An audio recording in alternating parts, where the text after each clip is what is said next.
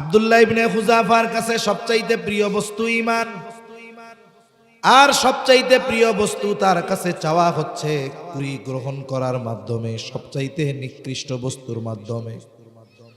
আব্দুল্লাহ ইবনে Hudhafa রাগে ক্ষোভে শরীরের লোমকূপ দিয়ে ঘাম বের হওয়া শুরু হয়ে গেছে। বসা ছিলেন, তিনি দাঁড়িয়ে গেলেন। বাদশার দিকে ফিরে ঈমানি আওয়াজে আব্দুল্লাহ ইবনে হুযাফা বলতেছে, এই রমুর, তুই কি দুনিয়ার বিনিময়ে আমার ঈমান কিনতে চাস? তুই শুনে রাখ, এ তো তোর সামান্য রোম সাম্রাজ্য।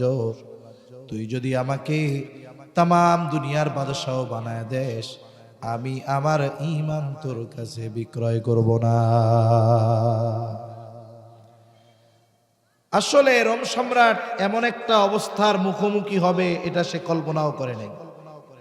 সে থান্ডার্ড হয়ে গেছে, কিং কর্তব্য বিমূঢ় হয়ে গেছে, চুপ হয়ে গেছে, ভাষা হারিয়ে ফেলেছে। অনেক সময় হয় না, মানুষের সামনে এমন কিছু ঘটে গেছে যে যেটা সে কল্পনাও করে নাই। এই ধরনের ঘটনা অনেক সময় ঘটলে ওই সময় কিছু মুহূর্ত এমন হয় যে সে কথা বলবে কি, সে কেমন যেন ভাষাই হারিয়ে ফেলে। রোম সম্রাট ভাষা হারায় ফেলছে, যে আমার দিকে চোখ তুলে তাকানোর সাহস কেউ করে না, সেই আমাকে কেমন হুমকি দিল, আবার কইল রোমের বাদশাহ কি জবাব দিবে, ভাষা হারায় ফেলছে। গোটা দরবার পিন পতন নীরব। বাদশার আগে ক্ষোভে অন্দরমহলে চলে গেছে। কিছুক্ষণ পরে আদেশ পাঠিয়েছে, কত বড় সাহস, আমার মুখের উপরে এমন কথা বলে, যাও ওর ইমানের পাওয়ার দেখে ছাড়বো, জেলখানার মধ্যে আটকায় দাও। খাবারও দিবা না, পানিও দিবা না, জেলখানার মধ্যে আটকায় দেওয়া হলো। খাবারও দেওয়া হয় না, পানিও দেওয়া হয় না। ডাক্তারকে নির্দেশ দিয়েছে, ডাক্তার খোঁজ খবর রাখবা, যখন দেখবা অবস্থা করুন, খানা পিনা না দিলে মারা যাওয়ার মতো অবস্থা, তখন আমারে জানাবা। এক সপ্তাহ হয়ে গেছে আব্দুল্লাহ ইবনে হুযাফা, খাবারও দেওয়া হয় নাই, পানিও দেওয়া হয় নাই। এক সপ্তাহ পর আব্দুল্লাহ ইবনে হুযাফা প্রচন্ড ক্লান্ত, শুয়ে আছে, বোঝা যায় না বেঁচে আছে নাকি মারা গেছে। এই অবস্থা দেখে ডাক্তার ভিতরে ঢুকলেন। ভেতরে ঢুকে দেখে অবস্থা বড় করুণ, খানা পানি না দিলে যে কোনো মুহূর্তে মারা যেতে পারে। বাদশার কাছে খবর দেওয়া হলো। বাদশাহ এবার বললেন, যাও খাবার দাও। খাবার দিবা শূকরের গোশত, আর পানি দিবা মদ মেশানো পানি। আবার তাকে জানায় দিবা খাবারটা শূকরের গোশত, পানি মদ মেশানো পানি। আব্দুল্লাহ ইবনে হুযাফার কাছে বাদশাহ খাবার নিয়ে গেল। প্রচন্ড দুর্বল আব্দুল্লাহ, কথা বলার মতো শক্তি নাই। ونشهد أن سيدنا وسندنا وحبيبنا وطبيبنا وأولانا ومولانا محمد صلى الله تعالى عليه وعلى آله وأصحابه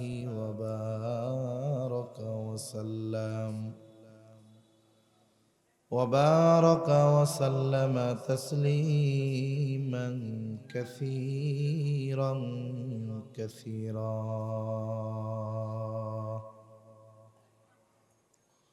أما بعد فأعوذ بالله من الشيطان الرجيم. بسم الله الرحمن الرحيم.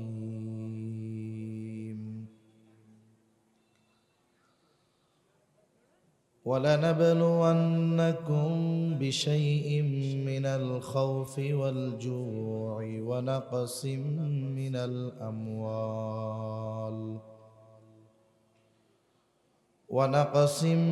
الأموال والأنفس والثمرات وبشر الصابرين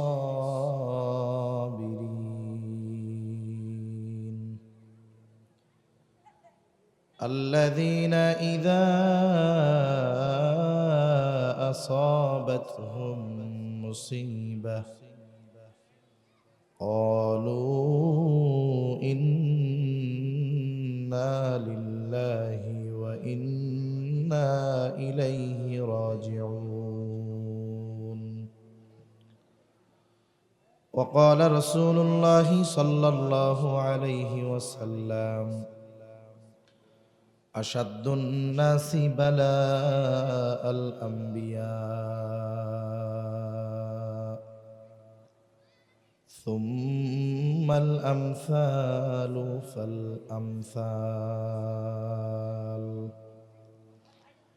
أو كما قال النبي صلى الله عليه وسلم صدق الله العلي العظيم وصدق رسوله النبي الكريم، ونحن على ذلك من الشاهدين والشاكرين، والحمد لله رب العالمين.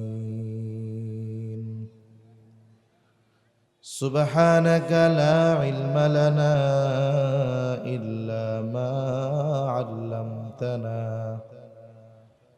إنك أنت العليم الحكيم. اللهم صل على محمد وعلى آل محمد كما صليت على إبراهيم وعلى آل إبراهيم إنك حميد مجيد. اللهم بارك على محمد وعلى آل محمد كما باركت على إبراهيم وعلى آل إبراهيم إنك حميد مجيد. আলহামদুলিল্লাহ, ঐতিহ্যবাহী ঢাকা জেলার অন্তর্গত সাভার গেরুয়া দারুল উলুম মাবিয়া ইসলামিয়া মাদ্রাসা অত্র মাদ্রাসায় হাফেজ ছাত্রদের দস্তরবন্দি উপলক্ষে 28তম বার্ষিক ওয়াজ মাহফিল।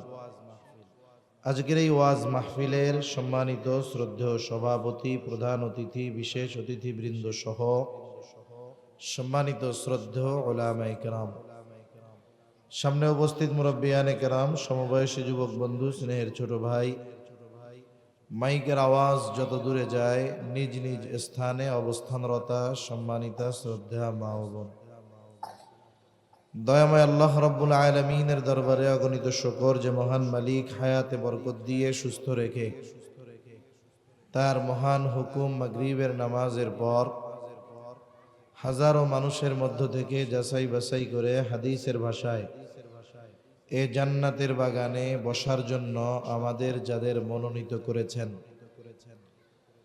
যেই মহান মনিব এখানে আসার, বসার, বলার, শ্রবণ করবার তৌফিক দান করলেন, সে মহান মনিবকে খুশি করার জন্য মোহাব্বতের সাথে জবান খুলে অন্তর থেকে একবার কালিমাতুশ শুকর পাঠ করি আলহামদুলিল্লাহ। অগণিত দুরুদ ও সালাম সৈয়দুল আম্বিয়া, আশরাফুল আম্বিয়া, খাতামুল আম্বিয়া, ইমামুল মুরসালিন, রহমাতুল লিল আলামিন মুহাম্মাদুর রাসূলুল্লাহ সাল্লাল্লাহু আলাইহি ওয়াসাল্লামের উপর আমি আপনাদের খেদমতে পবিত্র কোরআনুল কারীমের সর্ববৃহৎ সূরা বাকারা থেকে কয়েকটা আয়াত ও রাসূল আকরাম সাল্লাল্লাহু আলাইহি ওয়াসাল্লামের অগণিত হাদিস থেকে একটা হাদিস পাঠ করেছি। আল্লাহ তাআলার কাছে তৌফিক চাই, আল্লাহ তাআলা আমাকে আপনাদের খেদমতে কিছু কথা বলার তৌফিক দেন, যে কথাগুলো আমাদের সবার দুনিয়া এবং আখিরাতের জন্য কল্যাণকর হয়। সকলে জবান খুলে বলি আমিন। সম্মানিত উপস্থিতি, আমরা যে সময়টাতে এখানে বসেছি এটা খুবই গুরুত্বপূর্ণ একটা সময়। যদিও দিনী মাহফিলগুলাতে অতি প্রসিদ্ধ কোনো আলোচক না হলে মানুষজন মাগরিবের পরে সাধারণত নিজেদের কর্মব্যস্ততাকে রেখে দিনী মাহফিলে এসে বসে না। সেজন্য মাগরিবের পরে মানুষ আসার ক্ষেত্রে মাহফিলের তাৎপর্যের চাইতে ব্যক্তির তাৎপর্য বেশি কাজ করে। এটা আমাদের জন্য সার্বিক দৃষ্টিকোণ থেকে বড় খারাপ একটা বিষয়। কারণ দ্বীনি মাহফিলগুলোর আজমত আমাদের কাছে ব্যক্তির আজমতের চাইতে কম।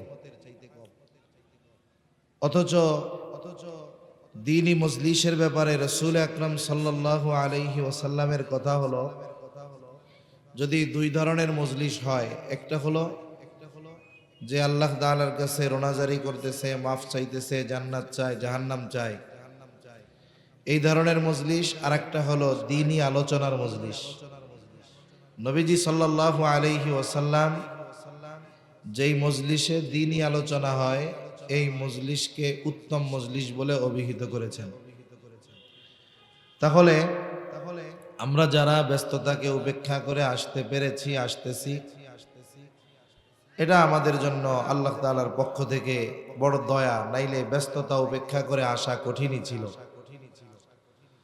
তা আমি আর অন্য দিকে কোনো কথা না বলে মূল আলোচনার দিকে যাব ইনশাআল্লাহ। সম্মানিত উপস্থিতি, এ দুনিয়াতে আল্লাহ তাআলা আমাদেরকে পাঠিয়েছেন অজস্র অগণিত নেয়ামত দিয়ে।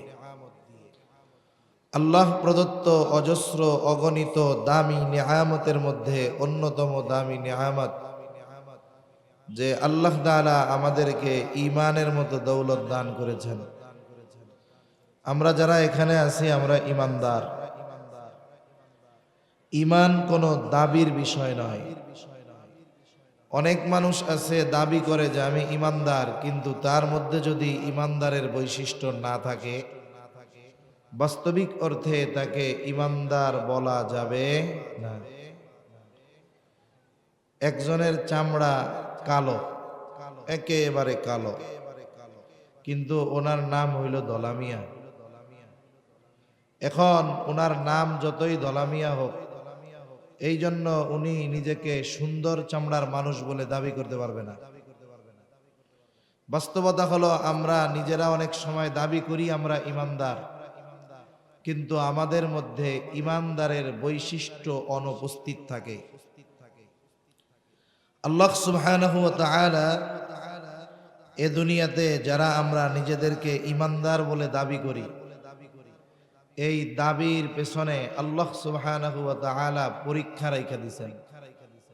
তার মানে যেই ব্যক্তি দাবি করে যে আমি ঈমানদার, আল্লাহ তাআলা তার এই দাবির ব্যাপারে পরীক্ষা নেওয়ার জন্য ঘোষণা দিয়ে দিয়েছেন। যেমন আল্লাহ তাআলা কোরআনুল কারীমের মধ্যে বলেন, আহাসিবান নাস আন ইউতরাকু আন ইয়াকুলু আমান্না ওয়া হুম লা ইফতানুন। আল্লাহ রাব্বুল আলামিন বলেন, মানুষ কি এটা মনে করে নাকি আন ইউতরাকু আন ইয়াকুলু আমান্না ওয়া হুম লা ইফতানুন, যে সে নিজেকে ঈমানদার বলবে আর তাকে পরীক্ষা নেওয়া ব্যতীত ছেড়ে দেওয়া হবে। তার মানে আল্লাহ তাআলা বলেন, যে ব্যক্তি নিজেকে ঈমানদার দাবি করবে অবশ্যই এই তার দাবির বিপরীতে আল্লাহ তাআলা তাকে পরীক্ষা নিবে। তাহলে প্রথম বিষয় আমরা বুঝতে পারলাম, ঈমানদার যদি দাবি করি, পরীক্ষা নেওয়ার ঘোষণা দিয়েছেন কে? জোরে বলেন কে? শুরুতেই বলে রাখা দরকার আমি অসুস্থ, বুকের মধ্যে কফ জমে আছে, ওষুধ খাইতেছি, এটা যাচ্ছে ধীরে ধীরে। এজন্য আপনাদের হয়তো একটু কষ্ট হইতে পারে যে এরকম একজন রোগাক্রান্ত মানুষকে আইনা এখানে বসায় দিল। যেহেতু পোস্টারে নাম আছে, না আসলেও বিপদ। আসছি এজন্য যদি একটু আপনাদের কষ্ট হয়, ধৈর্যের সাথে একটু কথা শোনা যাবে তো ইনশাআল্লাহ। পানি দিয়ে। তাহলে এক নাম্বার বিষয় হলো, ইমানদার দাবি করলে পরীক্ষা দিতে হবে, এ নোটিশ জানিয়ে দিয়েছেন কে? আল্লাহ তাআলার পক্ষ থেকে বান্দার প্রতি এটা বড় ইহসান। আল্লাহ তাআলা যদি চাইতেন পরীক্ষার ঘোষণা না দিয়েও পরীক্ষা নিতে পারতেন, কিন্তু আল্লাহ তাআলা জানিয়ে দিলেন, গোলাম তুমি নিজেকে ইমানদার দাবি করবা আর আমি তোমার ইমানের দাবির ব্যাপারে পরীক্ষা নিব না, এমনটা হতে পারে না। এই ঘোষণার দ্বারা আমাদেরকে পরীক্ষার জন্য প্রস্তুত থাকার নির্দেশনা আল্লাহ তাআলা দিয়ে দিলেন। যেমন প্রত্যেকটা প্রতিষ্ঠানে, হোক সেটা মাদ্রাসা, হোক সেটা স্কুল, হোক সেটা ইউনিভার্সিটি, প্রত্যেক জায়গায় কিন্তু পরীক্ষার আগে নোটিশ দিয়ে দেওয়া হয় যে শোনো, অমক মাস থেকে অমক সাময়িক পরীক্ষা শুরু হবে। যেহেতু পরীক্ষা নিকটবর্তী, সকল শিক্ষার্থীদের পরীক্ষায় উত্তীর্ণ হওয়ার জন্য এখন থেকেই প্রস্তুতি নেওয়ার আদেশ দেওয়া হলো। নোটিশের মাধ্যমে পরীক্ষার ঘোষণা দিয়ে দেওয়া হয়। আল্লাহ তাআলা ও বান্দাকে নোটিশ দিয়ে দিলেন, ইমানদার তুমি তো দাবি করতেছো ইমানদার, তাহলে তোমাকে কিন্তু ইমানের দাবির ব্যাপারে পরীক্ষা দেওয়া লাগবে। আবার যখন পরীক্ষার সময়টা ঘনিয়ে আসে, বলে যে যেই সাবজেক্টে দক্ষ শিক্ষক, ছাত্ররা ওই ওস্তাদের কাছে ওই বিষয়ের কিতাব নিয়ে, বই নিয়ে ওস্তাদের কাছে গিয়ে বলে, ওস্তাদ বইয়ের মধ্যে তো হাজার হাজার প্রশ্ন, সব প্রশ্নগুলো তো আয়ত্তে আনা সম্ভব নয়, আপনি আমাদের গুরুত্বপূর্ণ কিছু প্রশ্ন দাগায় দেন, যেইগুলা আমরা যদি আয়ত্তে আনি তাহলে পরীক্ষার হলে অকৃতকার্য হব না। এইবার ওস্তাদ তার অভিজ্ঞতার আলোকে হাজারো প্রশ্নের মধ্য থেকে শতাধিক প্রশ্ন বা 100 প্রশ্ন দাগায় দেয়। এইবার ছাত্রকে বলে দেয়, যাও এই 100 প্রশ্ন যদি যথাযথভাবে আয়ত্তে আনতে পারো, আশা করা যায় পরীক্ষার হলে তুমি গোল্ডেন এ প্লাস পেয়ে যাইবা। এইটাকে সাধারণ ভাষায় বলে সাজেশন।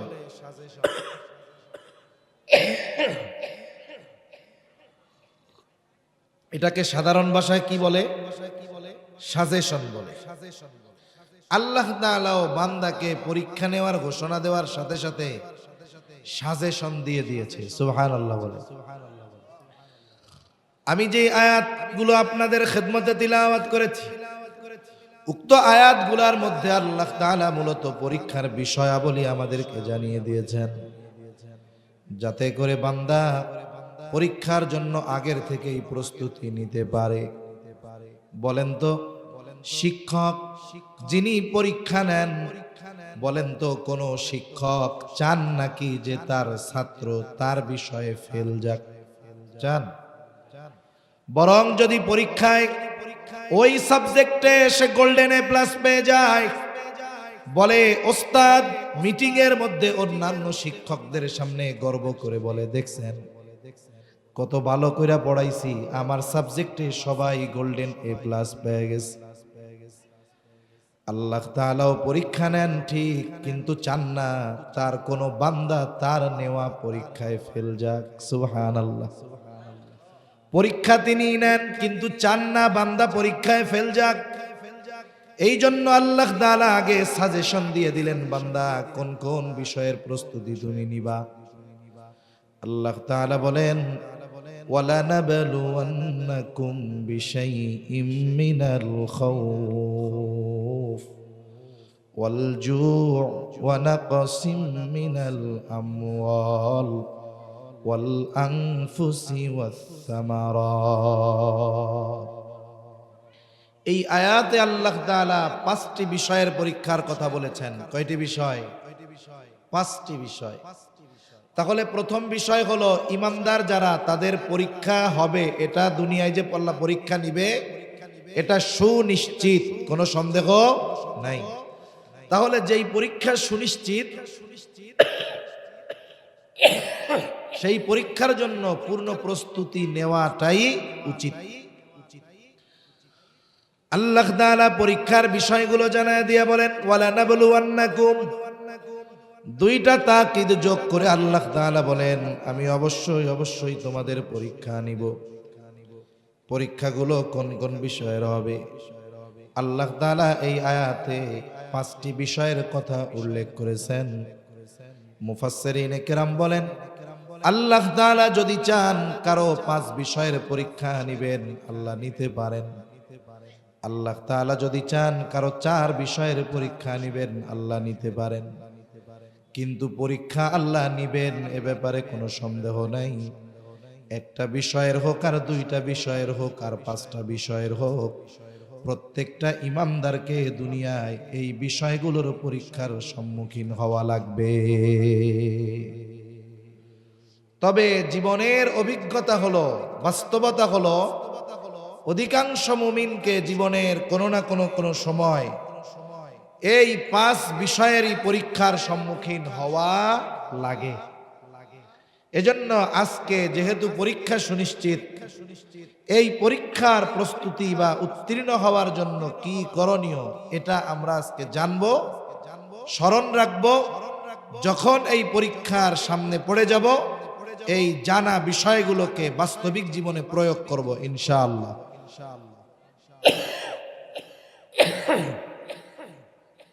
সুস্থতা কত বড় নেয়ামত, এটা অসুস্থ না হইলে বোঝা যায় না।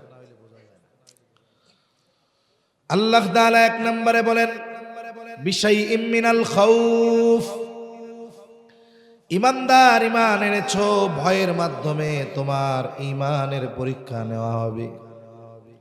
তার মানে একটা মানুষ যখন প্রকৃতপক্ষে ইমান আনয়ন করবে, হাজারো বাধা বিপদ বালা মুসিবত তাকে গ্রাস করবে, স্বাভাবিক বিষয়। বাহিরের বিষয়গুলো বাদ দেন। অনেক ক্ষেত্রে কোনো মানুষ যদি নিজে পরিপূর্ণ দ্বীনের উপরে চলতে চায়, বাহিরের বাধার চাইতে অনেক সময় তার ঘরের থেকেই বড় বাধা আসে। অনেক সময় অনেক যুবক তরুণ জেনারেল শিক্ষিত ইউনিভার্সিটির স্টুডেন্ট আমাদের সাথে মেসেজিং করে কথা হয়, বলে হুজুর খুব মন চায় দ্বীনের উপরে চলবো, কিন্তু বাহিরের কথা, বাহিরের মানুষের কথার তোয়াক্কা করি না। কিন্তু আফসোসের বিষয়, দ্বীনের উপরে চলার ক্ষেত্রে সবচাইতে বড় বাধা হলো আমার নিজের পরিবার। কারণ একটা সময় তো আমরা দেখেছি জঙ্গি কারা, আপনার সন্তান জঙ্গি হচ্ছে কিনা এর আলামত শিখাইতে হলো বাংলাদেশের প্রসিদ্ধ একটি পত্রিকা, নাম হলো প্রথম আলো।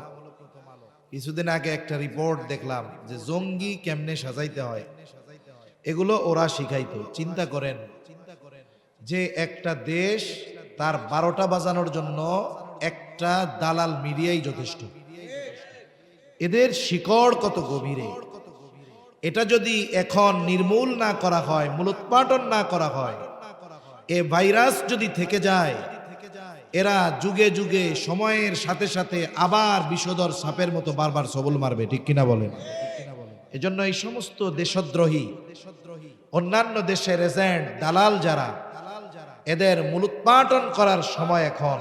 যদি দেশকে বাঁচাতে হয়, ইসলামকে যদি বাঁচাতে হয়, তাহলে এদের বিরুদ্ধে পরিপূর্ণভাবে সোচ্চার হওয়া দরকার, ঠিক কিনা বলে? এরা শিখাইতো জঙ্গি কেমনে হয়। কয় আপনার ছেলে যদি নামাজ কালাম পড়া ধরে, টাকনুর উপরে যদি প্যান্ট পরা শুরু করে, মসজিদের ইমামের সাথে যদি চলাফেরা করে, তার যদি কোনো গার্লফ্রেন্ড না থাকে, ফেসবুকে যদি সময় না দিয়ে কোরআন বেশি বেশি পড়ে, যদি মানুষের সাথে দেখা হলে আগে হাই হ্যালো বলতো, যদি এখন সালাম দেয়, কথায় কথায় যদি বলে ইনশাআল্লাহ, ইন্নালিল্লাহ, আলহামদুলিল্লাহ, সুবহানাল্লাহ, তাহলে ধরে নিবেন আপনার ছেলে জঙ্গিবাদের পথে পা বাড়াচ্ছে, নাউজুবিল্লাহ বলেন। অথচ দেখেন সুবহানাল্লাহ, আলহামদুলিল্লাহ, আল্লাহু আকবার, ইনশাআল্লাহ, সালাম বিনিময়, টাকনুর উপরে প্যান্ট পরা, এটা মুসলমানদের একটা কালচার, কোরআন হাদিসের নির্দেশনা। অথচ এইগুলা মানলে জঙ্গি বলে প্রচার করা হতো। ঢাকা ইউনিভার্সিটির মাথা মোটা, মাথার মধ্যে গোবর ভরা এই ধরনের কিছু শিক্ষক ছিল। এরাও মিডিয়ার সামনে এসে বলতো যে শুদ্ধভাবে সালাম দেওয়া নাকি জঙ্গিবাদের আলামত। নাউজুবিল্লাহ। সালাম কেমনে দিবে? সালাম আলাইকুম, এরকম সালাম দিলে হলো সে বুঝবেন যে না ঠিক আছে।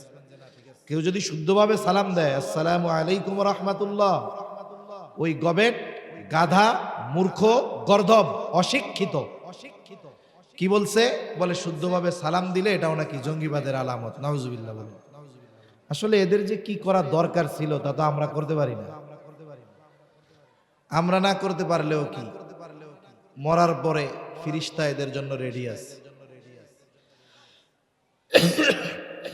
দেখেন এইগুলো যখন ব্যাপক হারে প্রচার হইতো, পত্রিকা ফলাও করে, টেলিভিশন ফলাও করে প্রচার করত, যেই সমস্ত সন্তানদের মা বাবা ইমানি দিক দিয়ে দুর্বল, ছেলে তো দ্বীনে প্রবেশ করলে ওটা তো তার প্রাথমিক একটা বিষয়। একটা ছেলে যখন দ্বীনের পথে আসবে, শুদ্ধভাবে সালাম দেওয়া, ইসলামী পরিভাষাগুলো ব্যবহার করা, এটা প্রাইমারি একটা বিষয়। তা এইটা যখন সে শুরু করবে তার পরিবার থেকে বাধা চলে আসবে। আরে আমার ছেলে শুদ্ধভাবে সালাম দেয়, আমার ছেলে এখন তার খালাতো বোন, চাচাতো বোন এগুলোর দিকে তাকায় না, তার মানে তো সর্বনাশ, জঙ্গি হয়ে যাইতেছে। এই জন্য অনেক যুবক এমন ভাবে মেসেজ করতে বলতো, হুজুর বলে দ্বীনের উপরে চলতে চাই, বাহিরের কোনো মানুষের তোয়াক্কা করি না, কিন্তু সবচাইতে বড় বাধা হলো আমার নিজের ঘর। এই জায়গায় আমার জন্য বড় ভয়। বলে আমি নামাজ পড়বো, আমাকে বলে তোরে জঙ্গি বলবে, তোর কারণে আমাদেরও ডিস্টার্ব হবে, আমাদেরও মানুষ জ্বালাতন করবে। আবার একটু দাড়ি লম্বা করতে চাই, বলে দাড়ি রাখা যাবে না। কেন? বলে জঙ্গি বলবে, তোর কারণে আত্মীয় স্বজন মানুষের কাছে লজ্জিত হব। আবার আমারে হুমকি দেয়, তুই দাড়ি রাখ, তাতে কি রাত্রে যখন ঘুমায় থাকবি দাড়িটারে কাইটা দিব। তাহলে দেখেন, একটা মানুষ যদি দ্বীনের উপরে চলতে চায়, তার জন্য ভয়ঙ্কর জায়গা অনেক সময় নিজের ঘরটাও হয়ে যেতে পারে। যেখানে পরিপূর্ণ দ্বীন মেনে চললে ঘরের মানুষ শত্রু হয়ে যেতে পারে, আর ওইখানে যদি একজন ইমানদার পরিপূর্ণ দ্বীনের উপরে চলতে চায়, বাহিরের হাজারো বাধা, কথা, বিপদ আপদ, বালা মুসিবত আসতে পারে কি পারে না? এ বিষয়ের প্রস্তুতি আমাদের থাকতে হবে যে ঈমানের উপরে চললে আমাদের বাধা বিপত্তি আসবে, বিভিন্ন দিক দিয়ে ভয় ভীতি আসবে। তবে যদি নিজের অবস্থানের উপরে অটল অবিচল থাকা যায়, ইনশাআল্লাহ চূড়ান্ত বিজয় ঈমানদারদেরই হবে। ঠিক কিনা বলেন? এর অনেক উপমা আমরা সম্প্রতি সময় দেখতেছি। নিয়ারেস্ট সময়, একেবারে নিকটবর্তী সময় কি দেখলাম? আমাদের দেশের তরুণ যুবক যারা, আমরা মনে করতাম যে internet, social media, Facebook, free fire এগুলো আমাদের তরুণ সমাজ, যুব সমাজকে মনে হয় শেষই করে দিয়েছে। কিন্তু অনেক সময় হয় ধ্বংস স্তূপের নিচ থেকেও অনেক সময় ফুলের গাছ উঠে, ফুল ফুটে। আমরা মনে করতেছিলাম আমাদের তরুণ যুবকেরা শেষ, কিন্তু আমরা কি দেখলাম? যে এরা হকের পক্ষে, জালেমের বিপক্ষে। এরা শুধু রাত জেগে মোবাইল টিপে এমনটা নয়, বরং প্রয়োজনে যদি দেশের জন্য, ইসলামের জন্য জালেমের বুলেটের সামনে দাঁড়াতে হয়, এই তরুণ যুবকেরা এগুলোর তোয়াক্কা করে না। ঠিক কিনা বলো? এই যে ভয়কে তারা জয় করতে পেরেছে, তাহলে বোঝা যায় যুগে যুগে যারা এই দ্বীনের উপরে থেকেছে, ঈমানের উপরে অটল অবিচল ছিল, তাদেরকে বিভিন্ন ধরনের ভয় ভীতি দেওয়ার মাধ্যমে পরীক্ষা নেওয়া হয়েছে। কিন্তু যেই মানুষগুলো অবস্থার উপরে অটল, একটা সময় আল্লাহ তাদেরকেই বিজয় দান করেছে। এজন্য ভয় ভীতি এই জামানায়ও আসতে পারে, এই জামানায়ও ঈমানের উপরে চলার কারণে বাধা আসতে পারে। কিন্তু আল্লাহ তাআলা দেখতে চান যে বান্দা এই ভয় ভীতির কারণে তার ঈমানকে ত্যাগ করে কিনা, আমি আল্লাহকে ভুলে যাই কিনা। আল্লাহ তাআলা মূলত এটা দেখতে চান। এজন্য যখন কোনো ভয় ভীতি আসে, ঈমানের উপরে থাকার কারণে, দ্বীনের উপরে চলার কারণে, বুঝতে হবে আমার পরীক্ষা চলতেছে। আমি যদি এখন অটল অবিচল থাকতে পারি, অচিরেই এই সফলতার মালা আমার আপনার গলায় আল্লাহ তাআলা পরিধান করায় দিবেন। এই ঘটনা বলতে গেলে অনেক ঘটনা বলা যাবে। সাহাবায়ে কেরাম জীবনের সর্বস্ব ত্যাগ করেছেন ঈমানের জন্য। সাহাবায়ে কেরাম হাজারো প্ররোচনা, লোভ, ভয় ভীতি দেওয়ার পরেও ঈমানের উপরে অটল অবিচল থেকেছেন। এর কারণে একটা সময় কি হয়েছে যে চূড়ান্ত বিজয় আল্লাহ তাআলা তাদেরকে দিয়েছেন। যেমন এক সাহাবী আব্দুল্লাহ ইবনে হুযাফা রাদিয়াল্লাহু তাআলা আনহু, রোমদের সাথে মুসলমানদের যুদ্ধ।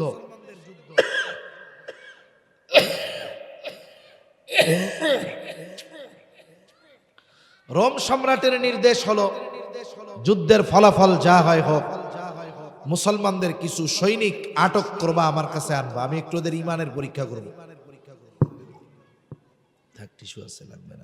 ঈমানের পরীক্ষা করব। একদল সৈন্য রোম সম্রাটের সৈন্যদের হাতে আটক হয়ে গেল। তাদেরকে বাদশার সামনে হাজির করা হলো। রাজ দরবারে বাদশাহ উপস্থিত, সকলে উপস্থিত। বাদশাহ এবার তাদেরকে জিজ্ঞাসা করতেছে, তোমাদের এই কাফেলার আমির কে, নেতা কে? যুবক দাঁড়িয়ে গেছে, বলে আমি হলাম এই কাফেলার আমির। নাম কি তোমার? বলে আমার নাম হলো আব্দুল্লাহ ইবনে হুযাফা। বাদশাহ আব্দুল্লাহ ইবনে হুযাফাকে বলে, আব্দুল্লাহ তুমি আমার কাছে আসো, আমার পাশে এসে বসো। সকলে অবাক।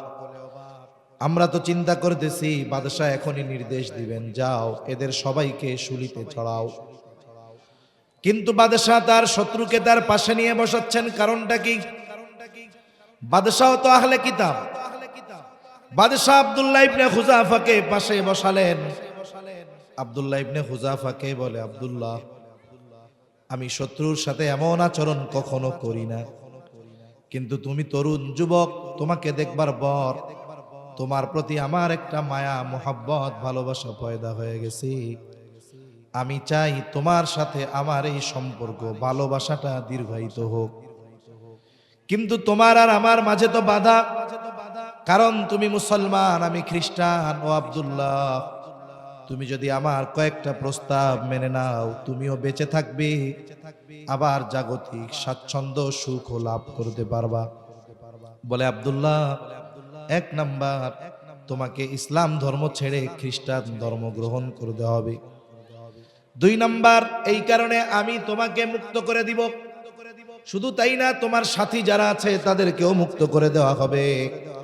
সাথে সাথে শুনে নাও, তুমি চিন্তা করতেছ তুমি যদি ইসলাম ধর্ম ত্যাগ করো, তাহলে আর তুমি তোমার আত্মীয় স্বজনের কাছে ফিরে যেতে পারবা না। টেনশনের কোনো কারণ নাই। আমার ঘরে একজন সুন্দরী ষোড়শী যুবতী কন্যা আছে, আমি তার সাথে তোমার বিবাহ দিয়ে দিব। বিবাহের দিন আমার গোটা সাম্রাজ্যের অর্ধেক আমি তোমার নামে লিখে দিব। আমার মৃত্যুর পর ওসিয়ত থাকবে, আমার মৃত্যুর পর বাকি অর্ধেকের মালিকও তুমি হয়ে যাইবা। আব্দুল্লাহ, তুমি যদি আমার শর্ত মেনে নাও, বেঁচেও থাকবা, এগুলো পেয়ে যাবা। আব্দুল্লাহ ইবনে হুযাফাকে দুনিয়ার প্রস্তাব দেওয়া হচ্ছে, বিনিময়ে চাওয়া হচ্ছে তার ঈমান। আর সাহাবায়ে কেরামের কাছে সমগ্র দুনিয়ার সমস্ত কিছুর চাইতে ঈমানটা বেশি মহব্বতের এবং প্রিয় ছিল। এজন্য আল্লাহ তাআলার কাছে আমাদের দোয়া করা দরকার, আল্লাহুম্মা হাব্বিব ইলাইনাল ঈমান। আল্লাহ, আপনি আমাদের কাছে, আমাদের নিকটে ঈমানকে প্রিয় বানায় দেন। আমাদের কাছে যেন আমাদের ঈমানটা সবচেয়ে প্রিয় হয়। ঈমানের জন্য যেন আমি সব কিছু ত্যাগ করতে পারি। ঈমানের প্রতি এমন মোহাব্বত আমার অন্তরে আপনি দিয়া দেন। এই দোয়া আল্লাহ তাআলার কাছে করা দরকার।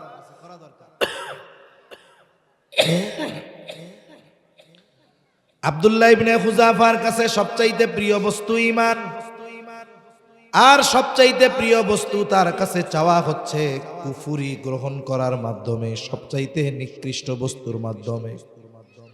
আব্দুল্লাহ ইবনে হুযাফা রাগে ক্ষোভে শরীরের লোমকূপ দিয়ে ঘাম বের হওয়া শুরু হয়ে গেছে। বসা ছিলেন, তিনি দাঁড়িয়ে গেলেন। বাদশার দিকে ফিরে ঈমানি আওয়াজে আব্দুল্লাহ ইবনে হুযাফা বলতেছে, এই রোমের কুকুর, তুই কি দুনিয়ার বিনিময়ে আমার ঈমান কিনতে চাস? তুই শুনে রাখ, এ তো তোর সামান্য রোম সাম্রাজ্য। তুই যদি আমাকে তামাম দুনিয়ার বাদশাহ বানায় দেস, আমি আমার ঈমান তোর কাছে বিক্রয় করব না। আসলে রোম সম্রাট এমন একটা অবস্থার মুখোমুখি হবে এটা সে কল্পনাও করে নাই। সে থান্ডার্ড হয়ে গেছে, কিং কর্তব্য বিমূঢ় হয়ে গেছে, চুপ হয়ে গেছে, ভাষা হারিয়ে ফেলেছে। অনেক সময় হয় না, মানুষের সামনে এমন কিছু ঘটে গেছে যে যেটা সে কল্পনাও করে নাই। এই ধরনের ঘটনা অনেক সময় ঘটলে ওই সময় কিছু মুহূর্ত এমন হয় যে সে কথা বলবে কি, সে কেমন যেন ভাষাই হারিয়ে ফেলে। রোম সম্রাট ভাষা হারায় ফেলছে, যে আমার দিকে চোখ তুলে তাকানোর সাহস কেউ করে না, সেই আমাকে কেমন হুমকি দিল, আবার কইল রোমের কুকুর। বাদশাহ কি জবাব দিবে, ভাষা হারায় ফেলছে। গোটা দরবার পিন পতন নীরব। বাদশার আগে ক্ষোভে অন্দরমহলে চলে গেছে। কিছুক্ষণ পরে আদেশ পাঠিয়েছে, কত বড় সাহস, আমার মুখের উপরে এমন কথা বলে, যাও ওর ইমানের পাওয়ার দেখে ছাড়বো, জেলখানার মধ্যে আটকায় দাও। খাবারও দিবা না, পানিও দিবা না, জেলখানার মধ্যে আটকায় দেওয়া হলো। খাবারও দেওয়া হয় না, পানিও দেওয়া হয় না। ডাক্তারকে নির্দেশ দিয়েছে, ডাক্তার খোঁজ খবর রাখবা, যখন দেখবা অবস্থা করুন, খানা পিনা না দিলে মারা যাওয়ার মতো অবস্থা, তখন আমারে জানাবা। 1 সপ্তাহ হয়ে গেছে আব্দুল্লাহ ইবনে হুযাফা, খাবারও দেওয়া হয় নাই, পানিও দেওয়া হয় নাই। 1 সপ্তাহ পর আব্দুল্লাহ ইবনে হুযাফা প্রচন্ড ক্লান্ত, শুয়ে আছে, বোঝা যায় না বেঁচে আছে নাকি মারা গেছে। এই অবস্থা দেখে ডাক্তার ভিতরে ঢুকলেন। ভেতরে ঢুকে দেখে অবস্থা বড় করুন, খানা পানি না দিলে যে কোনো মুহূর্তে মারা যেতে পারে। বাদশার কাছে খবর দেওয়া হলো। বাদশাহ এবার বললেন, যাও খাবার দাও। খাবার দিবা শুকরের গোশত, আর পানি দিবা মদ মেশানো পানি। আবার তাকে জানায় দিবা খাবারটা শুকরের গোশত, পানি মদ মেশানো পানি। আব্দুল্লাহ ইবনে হুযাফার কাছে বাদশাহ খাবার নিয়ে গেল। প্রচন্ড দুর্বল আব্দুল্লাহ, কথা বলার মতো শক্তি নাই। কারণ 1-2 বেলা আমরা যদি না খাই, পরের বেলায় আর নড়াচড়া নাই। 1 সপ্তাহ খাবারও নাই, পানিও নাই। কতটা তৃষ্ণার্ত, কতটা ক্ষুধার্ত, এর দ্বারা এটাই বোঝা যায়। কথা বলতেছে, আওয়াজ জবান দিয়ে বের হয় না। বাদশাহ বলে, আব্দুল্লাহ তোমার অবস্থা কিন্তু ভালো না। তুমি যদি এখন খানা পানি না গ্রহণ করো, যে কোনো মুহূর্তে বড় বিপদ হয়ে যেতে পারে। আব্দুল্লাহ খানা দানা তৈয়ার। অনেক সময় দেখবেন ক্ষুধার্ত পেট, খাবার দেখার পরে ক্ষুধার তীব্রতা আরো বাইরে যায়। রোজার মাসে সারাদিন রোজা রাখছে, কোনো অসুবিধা নেই। 10 মিনিট আগে যখন ইফতারের সামনে বসা হয়, মনে হয় এই 10 মিনিট কেমন জানি 1 ঘন্টার সমান। খালি ঘড়ির দিক তাকায়, কিরে আজান হয় না কেন, মনে হয় কেমন যেন 1000 সেকেন্ডে 1 মিনিট হইতেছে। তার মানে সারাটা দিন সামনে খাবার ছিল না, চাহিদাও ছিল না। কিন্তু যখন ক্ষুধার্ত পেট খাবারের সামনে, এবার খাবারের প্রতি আকর্ষণ বাড়ে। আব্দুল্লাহ ইবনে হুযাফা ক্ষুধার্ত, সামনে খাবার, খাবার পানির চাহিদাও তার মধ্যে আছে। ইতিমধ্যে ডাক্তার বলে, আব্দুল্লাহ খানা পানি না খাইলে বিপদ, কিন্তু শুইনা নাও, খাবার হলো শুকরের গোশত আর মদ মেশানো পানি। খাবার গ্রহণ করবে এই মুহূর্তে শুনছে এটা, কারণ বাদশাহ আহলে কিতাব, সে জানে যে হারাম খাবারেও একটা প্রভাব আছে। হারাম খাবারের দ্বারা ইমানি দুর্বলতা আসে, ইবাদতের মজা চলে যায়, চেহারার নূর নষ্ট হয়ে যায়। চাইছে যে খাবার খাওয়ানোর মাধ্যমে ইমানি দুর্বলতা আনা যায় কিনা। খাবার না দিয়ে দৈহিক দুর্বল বানায় ফেলছে, হারাম খাওয়ায়া ইমানি দুর্বল বানাবে। কিন্তু আব্দুল্লাহ ইবনে হুযাফার ইমান তো আমাদের মতো না। ইমানের একটা পাওয়ার আছে, শক্তি আছে। যখন কর্ণকুহরে আওয়াজ গেছে খাবার শুকরের গোশত আর মদ মেশানো পানি, দৈহিক শক্তি নাই কিন্তু ইমানি শক্তি তো আছে। ইমানি বলে বলিয়ান হয়ে আব্দুল্লাহ ইবনে হুযাফা ধমক দিয়ে বলতেছে, এগুলো সামনে থেকে সরায় ফেল, নাইলে লাথি মেরে ফালায়া দিমু। আমার জীবন চলে যায় যাক, তবুও আমি হারাম খাবার আমার ঠোঁটের সাথে স্পর্শ করব না। ডাক্তার এক ধমকে চলে গেছে বাদশার কাছে, গিয়া বলে অবস্থা তো এই, এখনো তার তেজ কমে নাই। বাদশা বলে কমাইতেছি, কেমনে কমানো যায়? বাদশা এবার নির্দেশ দিলেন, বড় এক পাত্রের মধ্যে তেল গরম করো। খাজার ডেক দেখেন নাই? কিছু ডেক আছে ওর মধ্যে মই দিয়া নাই মাখে চড়ি উঠানো লাগে, এরকম ডেক আছে, বড় বড় ডেক। বলে বড় পাতিলের মধ্যে তেল গরম করো। বাদশার নির্দেশে তেল গরম করা হলো, ফুটন্ত তেল টকবক করতেছে তেল। আদেশ করলেন আব্দুল্লাহ ইবনে হুযাফাকে হাজির করো। এতটা দুর্বল আব্দুল্লাহ, একা পথ চলতে পারে না, দুজনের কাঁধে ভর করে বাদশার সামনে আব্দুল্লাহ ইবনে হুযাফা হাজির। ফুটন্ত তেল দেখায় বলে, আব্দুল্লাহ এখনো সময় আছে, আমার কথা মেনে নাও। যদি মানো তাহলে যেই প্রতিশ্রুতি তোমাকে দেওয়া হয়েছে সব পূরণ করা হবে, আর যদি আমার কথা মেনে না নাও আব্দুল্লাহ, তাহলে তোমাকে ওই ফুটন্ত তেলের মাঝে ফেলে দেওয়া হবে। ইমানের একটা অবস্থা আছে, একটা স্টেজ আছে, স্টেপ আছে। যখন পরীক্ষা কঠিন হয় কঠিন হয় কঠিন হয়, হইতে হইতে ওই স্টেপ বা স্টেজ যখন সে অতিক্রম করতে পারে, এরপরে পরীক্ষা যত কঠোর হয় ইমানি শক্তি তত বাড়তে থাকে। তখন ও আর মরার তোয়াক্কা করে না, তখন ওর জন্য কেমন মৃত্যুই কামনা হয়, যে শাহাদাতের মৃত্যু দরকার। আব্দুল্লাহ ইবনে হুযাফা ক্ষীণ কণ্ঠে বলে, বাদশাহ আমি জীবন দিতে তৈয়ার, তবু ঈমান ছাড়বো না। আব্দুল্লাহ ইবনে হুযাফার এই জবাব শুনে বাদশাহ আদেশ দাও, যাও জেলখানা থেকে একজন মুসলমান কয়েদি ধরে আনো। একজন যুবক, টকবকে যুবক কয়েদি ধরে আনা হলো। বাদশাহ নির্দেশ দিছে, যাও ওরে তেলের মধ্যে ফালায়া দাও। বাদশাহর আদেশে যখন ওই যুবকটাকে ফুটন্ত তেলের মধ্যে ফেলে দেওয়া হয়, সাথে সাথে কিমা বাজার মতো হয়ে গেছে। শরীরের হাড্ডিগুলো মাংস থেকে আলাদা হয়ে গেছে। মুহূর্তের মধ্যে শাহাদাতের অমীয় সুধা পান করছে যুবক। এবার দেখেন, গত বৈষম্য বিরোধী আন্দোলনে অনেক ছাত্রর সাক্ষাৎকার দেখলাম, বলছে আমার পাশে একজনের বুলেট লাগছে, রক্ত বের হচ্ছে, মৃত্যু যন্ত্রণায় কাতরাচ্ছে। বলে আপনার কি তখন ভয় লাগে নাই? বলে না, বরং ওকে দেখার পর আমার যত ভয় ছিল মুহূর্তের মধ্যে দূর হয়ে গেছে। ওর ওই দৃশ্য দেখে আমি আরো জীবন দেওয়ার জন্য উদ্বুদ্ধ হয়ে গেছি।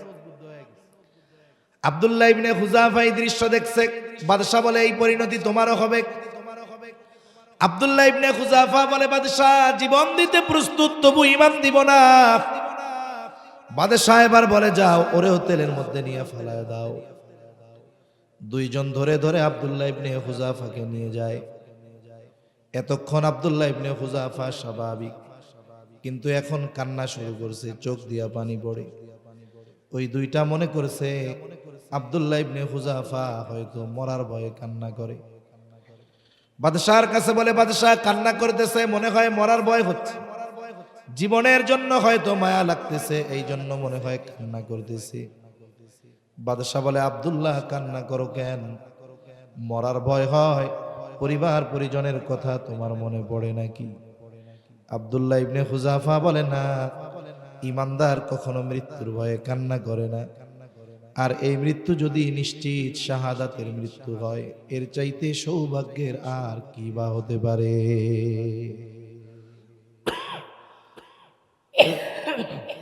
কান্না করো কেন তাইলে? বলে, কান্না করি কারণ হলো আমার আল্লাহ আমাকে একটা জীবন দিছে। কয়টা জীবন? এক জীবন আমি একবার আল্লাহর জন্য কোরবান করতে পারবো। বলে, আমার তো মন চায় আমার আল্লাহ যদি আমাকে শত শত জীবন দিত, ওই শত শত জীবন আমি শত শতবার আল্লাহর জন্য কোরবান করতে পারতাম। শাহাদাতের মৃত্যু যাদের নসিব হয় শহীদ, এদের আত্মা জান্নাতের সবুজ পাখির মধ্যে আল্লাহ ঢুকায় দেয়, ওরা উঠতে থাকে জান্নাতে, নাজ নেয়ামত ভোগ করে। হাদিসের মধ্যে আসছে, লম্বা হাদিসের মূল কথাটা কইতে, আল্লাহ জিজ্ঞাসা করে কি চাও, কি মন চায়? আল্লাহ কিছুই মন চায় না, সব নেয়ামত তো আছে, একটা জিনিস মন চায়। কি মন চায়? বলে আল্লাহ, আবার যদি আপনি আমাদের দুনিয়ায় পাঠাইতেন, কাফের জালেমের বিরুদ্ধে জিহাদ করতাম, শহীদ হতাম, আবার পাঠাইতেন, জিহাদ করতাম, শহীদ হতাম, শুধু এটাই মন চায়, আর অন্য কিছু মন চায় না। তাহলে শাহাদাতের মৃত্যু যাদের নসিব হয়, মরার পরেও আবার দুনিয়ায় আইসা মরতে মন চায়। তাইলে এই মৃত্যুর মধ্যে মজা কত, যে জান্নাতের নিয়ামত ভোগ করার পরেও বলে আল্লাহ মন চায় দুনিয়ায় এবার পাঠাইতেন, আবার যাইতাম, জিহাদ করতাম, শহীদ হতাম, এটাই মন চায়, আর কিছু মন চায় না। সুবহান। হয়তো বা হতে পারে সে সুযোগ অচিরেই হয়তো এই প্রজন্মের সামনে চলে আসতে পারে। বৈশ্বিক যে অবস্থা পরিলক্ষিত হচ্ছে, তাতে আমার মনে হয় একটা ক্ষেত্র তৈরি হচ্ছে, যেখানে সেই ঐতিহাসিক যুদ্ধের কথা নবীজি ১৫০০ বছর আগে বলে গিয়েছেন, মুশরিকদের সাথে ইমানদারদের যুদ্ধ, যেই যুদ্ধে এত পরিমাণ মুসলমান শহীদ হবে যে মুসলমানদের রক্তে মুসলমানদের টাকনু পর্যন্ত ভিজে যাবে। শুধু তাই না, বিপুল সংখ্যক মুসলমান শাহাদাত বরণ করবে। ওই যুদ্ধে মুসলমানেরা ৩ ভাগে বিভক্ত হয়ে যাবে। একদল যুদ্ধক্ষেত্র থেকে পলায়ন করবে। মনে রাখতে হবে, ওই যুদ্ধ ময়দান থেকে যারা পালাবে তাদের তাওবা আর কবুল হবে না, ওরা বেঈমান। আরেক গ্রুপ শাহাদাত বরণ করবে, আরেক গ্রুপ বিজয় অর্জন করবে। মনে রাখতে হবে, ইমানদার যখন প্রকৃত জিহাদের ময়দানে যায়, সে মরে গেলে হেরে যায় না, বরং মরণটাও তার চূড়ান্ত বিজয়ের অন্তর্ভুক্ত। ঠিক কিনা বলেন? এজন্য মানসিকভাবে এই প্রস্তুতি প্রত্যেকটা মুসলমানের থাকা দরকার। কারণ পৃথিবীর ইতিহাসে অনেক কিছু আমাদের অসম্ভব মনে হয়েছে, কিন্তু সময়ের পরিবর্তনে ওই অসম্ভবকেও বাস্তবতায় আমরা সামনে দেখতে পেয়েছি। এমন ঘটনা একটা দুইটা নয়, অহরহ অনেক ঘটনা আমার আপনার সামনে আছে। এজন্য আমরা হয়তো চিন্তা করতেছি ওটা কখন হবে, হবে কি হবে না। ইমানের দাম যারা বুঝে এরা পিছু হটবে না, মুনাফিকদের কাতারে তারা শামিল হবে না, তারা জীবন দিয়ে দিবে।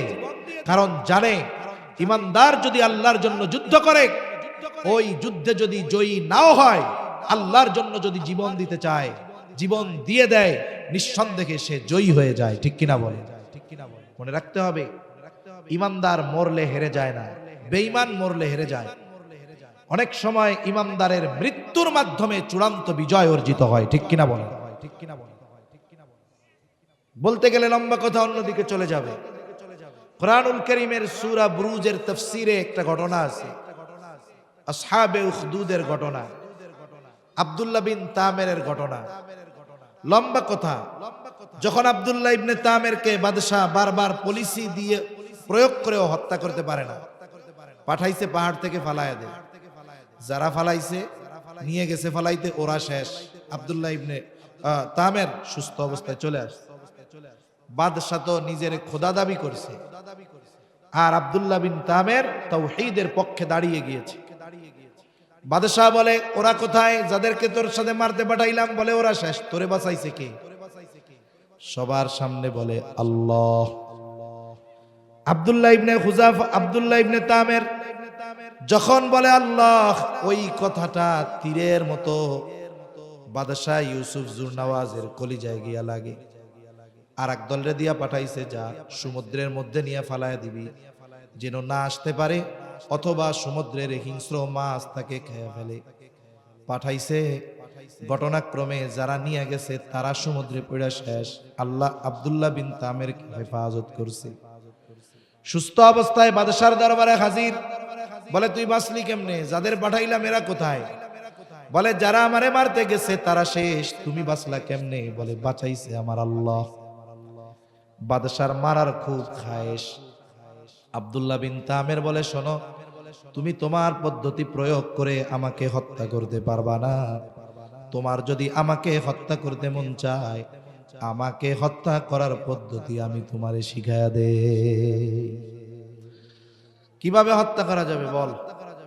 কারণ মানুষ যখন চূড়ান্ত অহংকারী আর সীমালঙ্ঘনকারী হয়ে যায়, সে তার কৃত কর্মের ফলাফল কি হতে পারে এটার বিষয়ে চিন্তা করে না।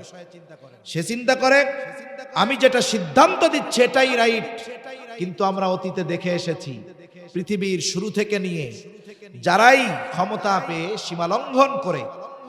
সীমালঙ্ঘন করে অহংকার প্রদর্শন করেছে, ইসলামের বিরুদ্ধে গিয়েছে, এই মানুষগুলার সিদ্ধান্ত তার চূড়ান্ত পতনের কারণ হয়ে দাঁড়িয়েছে। ওর চিন্তা তো আব্দুল্লাহ বিন তামের রে মারতে হবে, মারলে কি হবে এটা চিন্তা না, টার্গেট কি? মারতে হবে। কেমনে মারবো? বলে নির্দিষ্ট দিন তুমি তোমার সব মানুষকে একত্রিত করবা, বড় ময়দানে একত্রিত করবা, সকলের মাঝে আমি থাকব। তোমার যেই জল্লাদ আছে, জল্লাদ সে আমার দিকে তীর নিক্ষেপ করবে, তবে শর্ত হলো তীরটা নিক্ষেপ করার সময় বলতে হবে বিসমিল্লাহি রব্বিল গোলাম। বিসমিল্লাহি রব্বিল গোলাম, আল্লাহর নামে তীর মারতেছি। বলে কে? বলে এই বালকের রব আল্লাহর নামে এর তীর মারতেছি। এই কথা বলে তীর মারতে হবে। ও চিন্তা করে তীর মাইরা যদি ওরে মাইরাই ফেলানো যায় তাহলে তো পথের কাটা ক্লিয়ার। খুব করে ঘোষণা দিছে, নির্দিষ্ট দিনে লাখো জনতা উপস্থিত, সবাই বাঁচতে চায় আর এই যুবক মরতে চায়। সকলে উৎসুক, চলে এসেছে নির্ধারিত সময়ের আগে, সবাই এসে হাজির। সবার মাঝে ফাঁকা জায়গা, আব্দুল্লাহ বিন তামের দাঁড়ায় আছে। এইবার জল্লাদ বিসমিল্লাহি রব্বিল গোলাম বলে তীর মেরা দিল।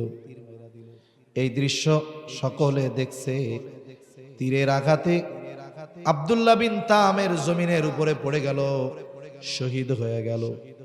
এই দৃশ্যটা উপস্থিত মানুষের অন্তরে এতটা রেখাপাত করেছে, সকলেই তখন সমস্বরে বলল আমান্না বিরব্বিল গোলাম, আমরাও এই বালকের রবের উপরে ঈমান আনলাম। এখন বলেন, আব্দুল্লাহ বিন তামের শত্রুর নিক্ষিপ্ত তীরে শহীদ হয়ে গেছে। সে শহীদ হয়ে জয়ী নাকি পরাজয়ী? নিঃসন্দেহে জয়ী, কোনো সন্দেহ নাই। এজন্য মানুষ মারা গেলেই হেরে যায় না। আমরা হেরে যাব কখন? যখন আমরা আমাদের আদর্শ থেকে বিচ্যুত হয়ে যাব, ইসলাম থেকে বিচ্যুত হয়ে যাব, ইমাম থেকে বিচ্যুত হয়ে যাব, তখন আমি বেঁচে থাকলেও জিন্দা লাশ। এজন্য মানুষ মরে গেলেই হেরে যায় না, ইমানদার মরে গেলেই হেরে যায় না, বরং মৃত্যুর মাধ্যমে ইমানদার তার কাঙ্ক্ষিত লক্ষ্যে পৌঁছিয়ে যেতে পারে। কোন ঘটনা থেকে গেলাম? আব্দুল্লাহ ইবনে হুযাফা, বাদশা বলতেছে মরার ভয়ে কান্দ। বলে না মিয়া, জীবন যদি কান্দিত জীবন একটাই জন্য, 100টা হইলে তো 100 বার শহীদ হইতে পারতাম। আহলে কিতাব যেহেতু আল্লাহ তাআলাকে বিশ্বাস করে, চিন্তা করে এটা কি মানুষ না অন্য কিছু? সব পলিসি শেষ। এখন যদি বাদশার কথা তেলের মধ্যে ফালায় দেয়, ও তো হারলো না, আমি তো জিততে পারলাম না, ভয় ডর দেখায় কাজ হলো না। এইবার বলে আব্দুল্লাহ, আমার একটা কথা রাখো, তাহলে আমি তোমাকেও ছেড়ে দিব। কি কথা?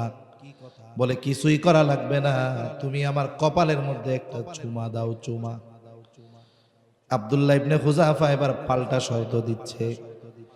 চিন্তা করে একটা চুমা দেওয়ার মাধ্যমে যদি বড় উপকার হয় হোক। বলে শোনো, তোমার কপালে আমি একটা চুমা দিতে পারি, শর্ত আছে। কি শর্ত? বলে শুধু আমাকে মুক্ত করলে হবে না, তোমার জেলখানায় যত মুসলমান আছে সবাইকে ছেড়ে দেওয়ার ব্যাপারে যদি ওয়াদা দাও, তাইলে তোমার কপালে আমি একটা চুমা দিতে পারি। বাদশা চিন্তা করে কোনো কথাই রাখাইতে পারলাম না, কমপক্ষে যা হয় হোক, এই কথাটায় আমি জানি একটু জিতি। আব্দুল্লাহ ইবনে হুযাফার শর্তে রাজি হয়ে বাদশাহ, এবার আব্দুল্লাহ ইবনে হুযাফা বাদশার কপালে চুমা দিছে।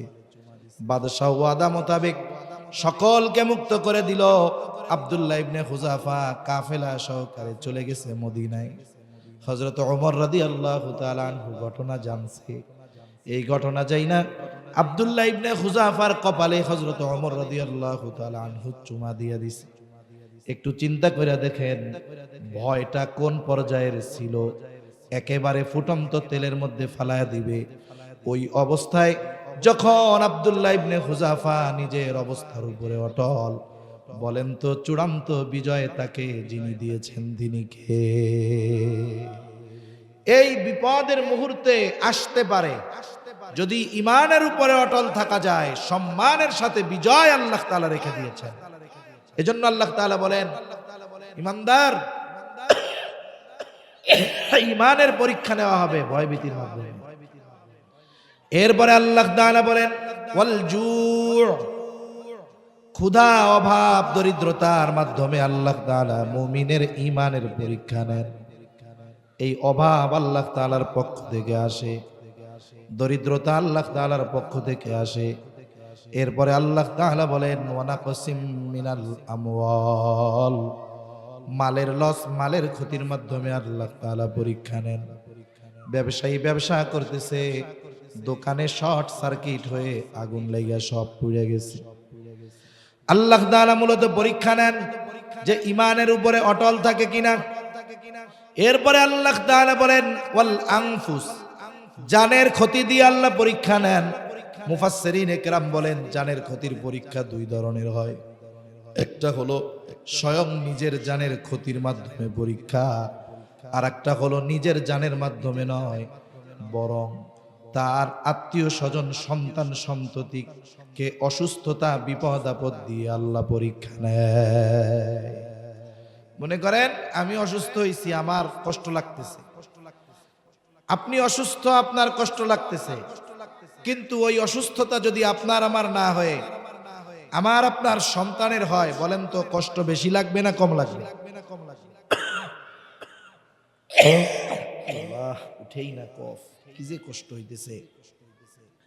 তাহলে চিন্তা করেন পরীক্ষা আল্লাহ তাআলা আমাদের অসুস্থতা দিয়েও নেন, শারীরিক বিপদ আপদ দিয়েও নেন, আবার সন্তান সন্ততি প্রিয়জনের বিপদ দিয়েও আল্লাহ তাআলা আমাদের পরীক্ষা নেন। যখন দাজ্জালের আবির্ভাব হবে অনেক অভিভাবক সন্তানের মায়ায় বেঈমান হয়ে যায়। ও নিজের চিন্তা করবেন, খাবারের অভাব, আর দাজ্জাল তাকে শস্য ভান্ডার দেখাবে, হরেক রকমের খাবার দেখাবে, বলবে সব পাবি, ক্ষুধা নিবারণ হবে, তোর বাচ্চার কান্না বন্ধ হয়ে যাবে, তুই আমারে প্রভু বলে স্বীকার কর। তখন কি হবে? বাচ্চার চিন্তা করে দাজ্জালকে রব বলে স্বীকৃতি দিয়ে অনেক মানুষ বেঈমান হয়ে যায়। তাহলে আল্লাহ তাআলা জানের ক্ষতির মাধ্যমেও পরীক্ষা নেন। এরপরে আল্লাহ তাআলা বলেন ওয়াস-সামারাত, ফল ফসলের ক্ষতির মাধ্যমে আল্লাহ তাআলা পরীক্ষা নেন। অনেক সময় এমন হয় জমিনে ধানটা ফলন হয়েছে, বাম্পার ফলন, চিন্তা করতেছে যেই পরিমাণ ফলন জমিনে হলো, ফসল দিয়ে মানুষের ঋণ দেনা পাওনা শোধ করে আগামী সিজন পর্যন্ত চলা যাবে। বাড়িতে শুয়া শুয়া চিন্তা করতেছে আগামীকাল 10 জন কৃষক নিয়ে জমিনের ধানগুলো কেটে ফেলবো। এই চিন্তার মাঝে হঠাৎ আকাশের মধ্যে মেঘের আওয়াজ, সকালবেলায় বৃষ্টি শুরু হয়ে গেল, বলে শিলা বৃষ্টি হইতেছে। বলেন তো পাকা ধানের উপরে যদি শিলা বৃষ্টি হয়, ধানের কোনো অস্তিত্ব থাকবে নাকি? খড়ই তো ভালো মতো খুঁজে পাওয়া যাবে না। এই জন্য আল্লাহ তাআলা অনেক সময় ফল ফসলের ক্ষতি দিয়া পরীক্ষা নেয়। এখন কি ওই যে শুরুতে কইছি, পরীক্ষা ঠিকই আল্লাহ নেন, কিন্তু বান্দা পরীক্ষায় ফেল যাক, এটা আল্লাহ তাআলা কখনোই চান না। তাহলে বলেন এই ধরনের মুসিবত আসে কার পক্ষ থেকে? এখন আল্লাহ কি চান মূলত বিপদ দিয়ে? যিনি বিপদ দেন, বিপদ উদ্ধার করার ক্ষমতা তার আছে না নাই? মূলত আল্লাহ চান যে আমি বিপদ দেই, এটা বান্দা যেমন বিশ্বাস করে, আমি বিপদ থেকে উদ্ধার করি, এই বিষয়টাও অনুরূপ বিশ্বাস বান্দা করে কিনা, যে বিপদে পড়ে আমি বিপদ দিয়েছি জানার পরে আমার কাছে আসে নাকি সুদের টাকায় না বিপদ থেকে বাঁচতে চায়, এটা আল্লাহ দেখতে চায়। এজন্য 2 আয়াত আগেই আল্লাহ তাআলা বলেন, আল্লাহ রাব্বুল আলামিন বলেন, হে ঈমানদারেরা, ইয়া আইয়ুহাল্লাযীনা আমানুস্তাঈনু বিস-সাবরি ওয়াস-সালাহ। বলেন তো বিপদ আপদ মুসিবতে সাহায্যের দরকার আছে না নাই? জোরে বলেন, আছে না নাই? বলেন বিপদ যদি আসে সাহায্য কার কাছে যাইব? আল্লাহ তাআলা সেই কথাই বলেন, হে ঈমানদারেরা, ইস্তাঈনু, আমি আল্লাহর কাছে তোমরা সাহায্য চাও। বিপদ আল্লাহ তাআলা দেন, আবার তিনি বলেন বিপদে পড়লে আমার কাছে সাহায্য চাও। প্রশ্ন করলাম, মালিক বিপদে তো পড়লাম, সাহায্য তো চাইবো, কেমনে চাইব? এমপি সাহেব আসলে সামনাসামনি দেখা করে সাহায্য যাওয়া যায়, আপনার কাছে কেমনে সাহায্য চাইব? আল্লাহ তাআলা বলেন, বিস-সাবরি ওয়াস-সালাহ, বান্দা আমার কাছে তুমি ধৈর্য আর নামাজের মাধ্যমে সাহায্য চাও। তাহলে বিপদ আপদ মুসিবত দেন কে? জোরে বলেন। বিপদ আপদ মুসিবতে সাহায্য কার কাছে চাইব?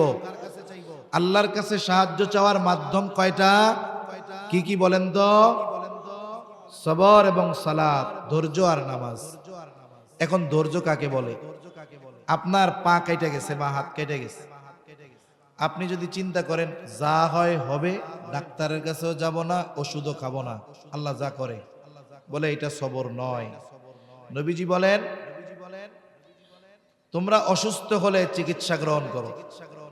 এখন হাত কেটে গেছে, ডাক্তারের কাছে যাইতে হবে, চিকিৎসা গ্রহণ করতে হবে, ওষুধ নিতে হবে।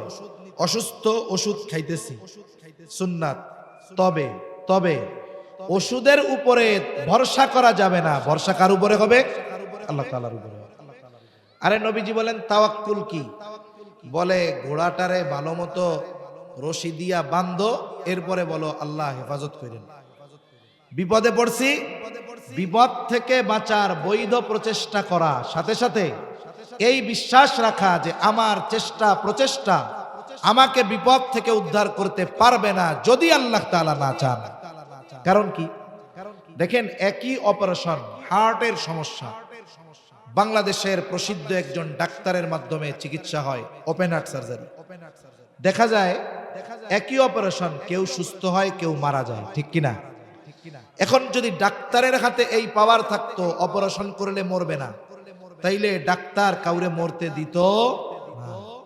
কিন্তু ডাক্তারও জানে অপারেশন এক, রোগীর সিমটম এক, সব এক, কিন্তু এটা বাঁচবে না মরবে এটা আল্লাহ ভালো জানে। এই জন্য আগে সিগনেচার নিয়ে নেয়, যদি ইন কেস কিছু হয়ে যায় তাহলে হসপিটাল কর্তৃপক্ষ, ডাক্তার কাউকে দোষারোপ করা যাবে। যেমন আরেকটা উদাহরণ দিয়ে বুঝতে সহজ হবে। মনে করেন অনেক জায়গায় অনেক হসপিটালে রোগী থাকে, অসুস্থ রোগী, মেজর অপারেশন। এখন মসজিদে মাদ্রাসায় দোয়া করায় না, যে একটু দোয়া করেন আমার আব্বার ওপেন হার্ট সার্জারি আল্লাহ তাআলা যেন সুস্থ করে দেয়। দোয়া চায় না এরকম? আমরাও দোয়া করি, আল্লাহ অমকের বাবা হার্ট অপারেশন হবে, আল্লাহ অসুস্থ, আপনি তারে সুস্থ করে দিয়েন। প্রশ্ন বুঝে একটু জবাব দিবেন। বলেন তো, ব্যক্তির অপারেশন শুরু হয়ে গেল, অপারেশন থিয়েটারের মধ্যে অপারেশন কে করে? জোরে বলেন না কে? অথচ কেউ আইসা বলে না একটু দোয়া করেন যেন ডাক্তার অপারেশনটারে সাকসেসফুল করতে পারে, এটা কেউ কয় না। তার মানে অপারেশন ডাক্তার করে ঠিক, কিন্তু সাকসেসফুল করার ক্ষমতা ডাক্তারের নাই। যদি অপারেশন করার পরে সাকসেসফুল করার ক্ষমতা ডাক্তারের থাকতো, তাহলে অপারেশনের টেবিলে রোগী মারা যেত না। তার মানে অপারেশন ডাক্তার করে ঠিক, কিন্তু ওই অপারেশন সাকসেসফুল যিনি করেন তিনি কে? বলে এটা হলো সবর। অপারেশন ডাক্তার করতেছে কিন্তু দোয়া চায় কার কাছে? আল্লাহর। বলে আল্লাহ অপারেশনটা সাকসেসফুল করে দিয়েন। এটা হলো সবরের ব্যালেন্স। বিপদ থেকে বাঁচার বৈধ চেষ্টা করা, সাথে সাথে আল্লাহর কাছে দোয়া অব্যাহত রাখা যে আল্লাহ আমাদের চেষ্টা প্রচেষ্টা আমাদেরকে আমাদের বিপদ থেকে উদ্ধার করতে পারবে না যদি আপনি না সফল করেন। সাথে সাথে এই যে চাওয়াটা আল্লাহ তাআলার কাছে, চাওয়ার সবচাইতে মাধ্যম হলো নামাজ। কারণ বান্দা আল্লাহর সবচাইতে নৈকট্য অর্জন করে কখন? বলে যখন বান্দা সেজদায় যায়। এজন্য ধৈর্য আর নামাজের মাধ্যমে সাহায্য কার কাছে চাইবো? আল্লাহর কাছে। যেই মুমিন বান্দা বিপদ আপদ মুসিবতে পড়ে আল্লাহ তাআলার কাছে সবর আর সালাতের মাধ্যমে সাহায্য চায়, আল্লাহ তারে প্রমোশন দিয়ে দেয়। কি দেয় বলেন? প্রমোশন। শুরু করছে ইমানদারদেরকে খেতাব কইরা, লাস্টে আল্লাহ তাআলা বলেন ইন্নাল্লাহা মাআল মুমিনিন, বলেন নাই? আল্লাহ তাআলা বলেছেন ইন্নাল্লাহা মাআস সাবিরিন। তার মানে যেই ইমানদার বিপদ আপদ মুসিবতে ধৈর্য আর নামাজের মাধ্যমে আল্লাহ তাআলার কাছে সাহায্য চায়, ওই মুমিন তখন সাধারণ মুমিন থাকে না, ওই মুমিনকে আল্লাহ ডিগ্রি দিয়ে দেয়। ও তখন প্রমোশন পাইয়া সবের মুমিনদের অন্তর্ভুক্ত হয়ে যায়। আর যে সবের মুমিন হয়ে যায়, সবরের গুণ যে অর্জন করে, তার ব্যাপারে আল্লাহ তাআলা বলেন ইন্নাল্লাহা মাআস সাবিরিন। আল্লাহ তাআলা বলেন নিশ্চয়ই আল্লাহ ধৈর্যশীলদের সাথে আছে। তাহলে 2-3 মিনিটের মধ্যে শেষ করে দেব ইনশাআল্লাহ। আমি তো আবার এই ঘড়িটার টার্গেটে চলতেছি, তো এটাই বাজে হলো 10, আমারটাই বেজে গেছে 14, উল্টাপাল্টা লেগে গেছে। নাইলে এইটার ঘড়ি অনুযায়ী আমি আমার টাইম শেষই করতাম। এরপরে কি হইলো? আল্লাহ তাআলা বলেন এই যে পরীক্ষা নিলাম, যারা পরীক্ষায় এই প্রয়োগগুলো করলো বলে তারা তো পরীক্ষায় পাস। কি করবেন? বলে বাশশিরিস সাবিরিন। হাবিব আপনি তাদেরকে সুসংবাদ জানায়া দেন। কিসের সুসংবাদ? বলে জান্নাতের সুসংবাদ। তা এই সমস্ত মানুষের একটা প্রাথমিক আলামত আছে। কি আলামত? আল্লাহ বলেন সুসংবাদ তো জানাবেন কাদের? বলে তাদের আল্লাযীনা ইযা আসাবাতুহুম মুসিবা ক্বালু ইন্না লিল্লাহি ওয়া ইন্না ইলাইহি রাজিউন। তারা যখন কোনো বিপদ আপদ মুসিবতে পড়ে, তাদের উপরে যখন কোনো বিপদ আপদ মুসিবত আসে, শুরুতেই তারা বলে ইন্না লিল্লাহি ওয়া ইন্না ইলাইহি রাজিউন। তাহলে মুসিবতে পড়লে ইন্না লিল্লাহ পড়তে হবে, শিখাইছেন কে? শুধু মানুষ মরার দোয়া এটা না, যে কোনো মুসিবতে এটা পড়তে হয়। সাথে সাথে নবীজিও একটু শিখিয়ে দিয়েছেন, সহিহ মুসলিমের হাদিস। নবীজি বলেন যখন কেউ বিপদ আপদ মুসিবতে পড়বে সে কি বলবে? বলে ইন্না লিল্লাহি ওয়া ইন্না ইলাইহি রাজিউন। সাথে সাথে আর একটু নবী শিখিয়ে দিয়েছেন, বলবে আল্লাহুম্মা আজুরনি ফি মুসিবাতি ওয়া আখলুফ লি খায়রাম মিনহা। বলবে আল্লাহ এই মুসিবত থেকে আমারে বাঁচান, এই মুসিবতের প্রতিদান দেন, আর এই মুসিবতে যা হারাইছি তার চাইতে উত্তমটা আমাকে ফিরাইয়া দেন। নবীজি বলেন যে মুসিবতে পড়ে এই দোয়া ইয়াকিনের সাথে আল্লাহর কাছে করবে, মুসিবতের মাধ্যমে সে যা হারাইছে তার চাইতে উত্তমটা তাকে ফিরিয়ে দিবেন কে? জোরে বলেন না কে? তাহলে আজকের মূল কথা কি? বলে বিপদ আপদ মুসিবত দেন কে? জবাব দেন জোরে। বিপদ আপদ মুসিবতে সাহায্যের দরকার আছে না নাই? সাহায্য কার কাছে চাইবো? কয়টা মাধ্যমে? কি কি? সবর আর সালাত, এই দুই মাধ্যমে। যদি এই দুই মাধ্যম অবলম্বন করে সাহায্য চাই, প্রমোশন কি হবে? বলে সবের মুমিন হওয়া যাবে। আল্লাহ তাআলা বললেন পরীক্ষায় তো পাস, সুসংবাদ দিয়ে দেন। কিসের সুসংবাদ? জান্নাতের সুসংবাদ। বলে তারা কারা? বলে যারা পরীক্ষায় পাস, এদের অন্যতম আলামত মুসিবত বিপদে পড়লেই তারা বলে ইন্না লিল্লাহি ওয়া ইন্না ইলাইহি রাজিউন, আল্লাহুম্মা আজুরনি ফি মুসিবাতি ওয়া আখলিফ লি খায়রাম মিনহা। এই দোয়াটা আমরা শিখে নিব, মুসিবতে আমল করব। আল্লাহ তাআলা কথাগুলো বুঝবার আমল করবার তৌফিক দান করেন, আমিন। ওয়া আখিরু দাওয়ানা।